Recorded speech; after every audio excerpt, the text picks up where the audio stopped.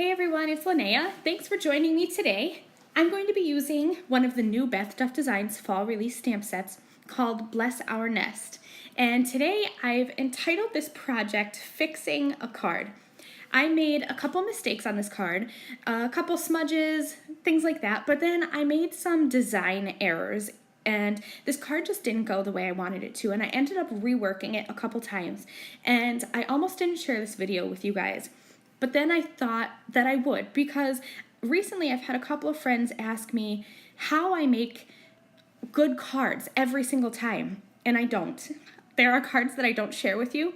There are cards that sit on my desk for a week, and I will look at it, and I will change things, and I will change them again until it is the way that I want it. Not that it's a bad card, it's just not the way I had planned it in my head. And this card is one of those cards. So I've stamped my little scene here, and I've created a frame using a T-roller and my Sharpie. And of course I smudged the Sharpie because I smudge everything. I smudge my ink, I smudge everything. So I've taken a little craft knife, lightly scratch away the surface. It takes some time. This video is sped up. I just scratch away the surface, and then I go in with my eraser and I go over where I've scratched off that ink. And the eraser helps to smooth the paper, and nobody will ever know that you made a mistake in the first place or that you had to cover up your mistake. So I'm going to be watercoloring my little images today.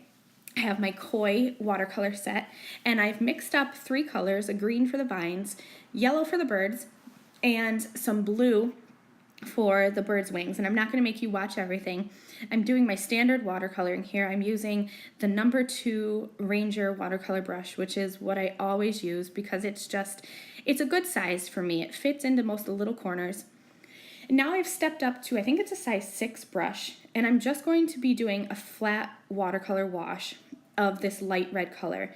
And the general rule of thumb for a wash is to use the biggest brush that you can because it'll hold more water and it'll hold more pigment. And once that red color has dried, I'm going to go around it with this yellow color. And this isn't a bad card, you guys. It's just not what I thought it was going to be. It's not what I wanted it to be in my head. I didn't like it. And so all this work that I just did to create that little frame and this little scene, I'm cutting it apart because I didn't like that harsh black outline. I didn't like the yellow, and I really didn't like the red either. So I'm going to fix all this.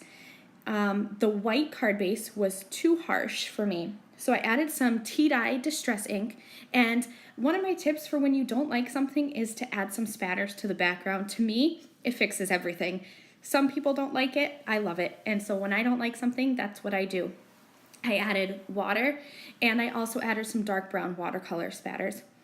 Now you can see I changed the color of my background because I told you I really didn't like that red.